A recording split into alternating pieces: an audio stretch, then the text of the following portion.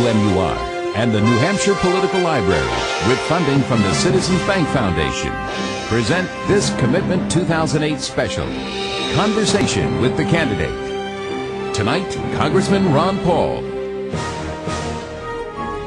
Good evening and welcome to our series, Conversation with the Candidate. Over the next few months, we'll introduce you to the Democrats and the Republicans who want to be the next President of the United States.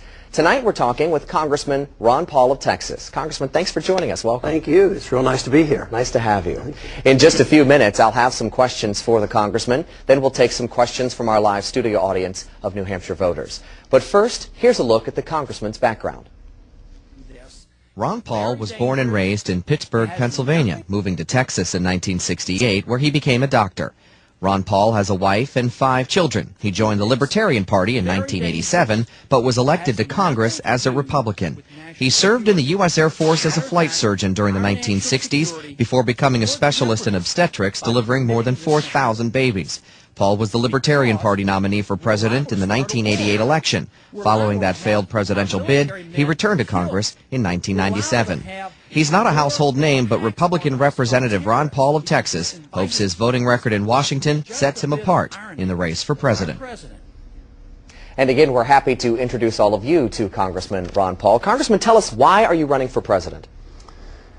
My main goal to run for president is the same goal that I had for all my activities in politics, and that is always to shrink the size and scope of government and to maximize individual liberty. And the trends in the last several years, if not decades, has been to expand the size and scope of government and minimize and attack personal liberty. So there's a lot of room for improvement. Give us a couple of examples of how you would shrink the size and scope. Well, what I would do is put pressure on everybody I know to obey the Constitution. And if we obeyed the Constitution, the government would be very, very small. And I think we abuse the Constitution. So that would be the greatest emphasis. So a president can't do that by himself. I mean, you have to have a consent of the people, you have to have the Congress, you have to have the courts, because everybody's writing laws these days, not just the Congress. The president writes laws, he has executive orders, he has signing statements with bills, he has the executive branch are writing regulations all the time, you have courts writing laws. So it has to be done in a pervasive way, but it has to be done by the people deciding they want smaller government. But I think there's a large number of people who are coming around to that viewpoint, and that's sort of the contest going on. Those who want bigger government and more stuff in the government versus those who are tired of big government and tired of paying for it. And then there are those who would like big government who are coming to realize we can't afford any more big government because this country's going broke. Let me give you a specific example. I know when the Department of Homeland Security was created, you were a vocal critic of the department. Right. If, as president, you had the option, would you shut it down? I would, but under the consideration of, what the transition would be like. There's a lot of things I'd like to shut down. I guess the thing that I'd shut down rather as quickly as possible would be the IRS or something like that. But the Department of Homeland Security, creating a gigantic bureaucracy and bringing together departments after department, they're still in the process of doing this after 5 years. And I don't think the solution is bureaucracy and central government and central economic planning. I mean, even on things like dealing with hurricanes right in my district along the Gulf Coast, I think central economic planning fails. And just think of what happened down there with the idea that the government was going to take care and solve all this problems. It's a bureaucratic approach to something that should be done more locally, more voluntarily with smaller government. So the Department of Homeland Security, I would put in that category. And whether or not you can, with the stroke of the pen, close it down, there should be a transition, but it'd have to be a major revamping of attitudes because they're still in the transition of trying to centralize this power, and bureaucracies don't work. So I think reversing that trend would be very important. Could you still assure our national defense and our homeland security, if you will? Would we still be protected? Well, I think it would be a lot better. I mean, where our troops are all over the world, and we can't even protect our own borders. So I would say there's a lot you could do. You'd have to change your foreign policy, and you'd have to change attitudes. Most people are safe and secure in their homes not because there's a policeman standing outside or a government bureaucrat outside. We're safe in our homes because we're willing to defend our homes, especially in Texas, and I'll bet you here in New Hampshire is the same case. people know that you just can't invade other people's homes. So I think emphasizing personal responsibility and the Second Amendment and a few of these other things would go a lot more to protecting security. There certainly is a role for all governments to play in security, of police activity and the military. But I think our military is really in shambles right now because they're not well equipped. They're all around the world. We're in 150 countries today, and yet we're closing down our bases here in this country. So I would say you could have a lot stronger defense of this country if we reoriented our thinking.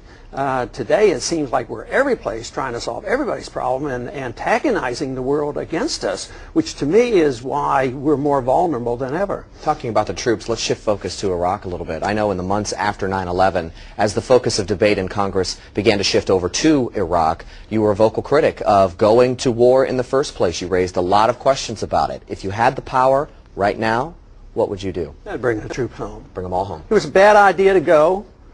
And if it was a bad idea to go and it's not going well, why keep doing the same thing? It's sort of like in medicine. If I make a wrong diagnosis and give the wrong medication, then I discover it. I mean, I say, well, I have to give you more of the same medicine. I mean, that kills the patient. So in this case, I think that we're not solving our problem. Matter of fact, when that came up on the IR committee, International Relations Committee, I brought up a resolution that said I was against the war 5 years before it started. Starting in 1998, I started talking against it because that was when the resolution was passed for regime change. And that was under the previous administration. And so I argued against it 5 years before it happened because it wasn't 9/11. That plan was in place for many, many years to go into Iraq. And so I brought up a resolution in the IR committee. Instead of transferring this authority to the president and going to war to enforce UN resolutions, I said, look, if you want to go to war, declare war. And it was voted down unanimously, including myself. I voted against it. But they wanted war, and they said, no, we don't want the responsibility. We'll give it to the president, let him decide. And I think it's wrong. I think it's unconstitutional. Delivering authority, that's amending the Constitution. And of course, the other reason we went not only to enforce UN resolutions was we were threatened. Our security was threatened by Iraq. Well, that's all been disproven. So to persist in this, how many more men do you want to kill? Proven a falsehood. You know, we went there for the wrong reason. We shouldn't have gone. And just to stay there out of stubbornness. Now the only argument left for staying is that if we leave, there'll be chaos. And I won't argue too much with that, but we don't know. There might be less chaos. There might be more. They might decide to take care of their own problems. When we left Vietnam, there wasn't more chaos. There was, eventually now we're trading partners. We subsidize and all with Vietnam. So we don't know.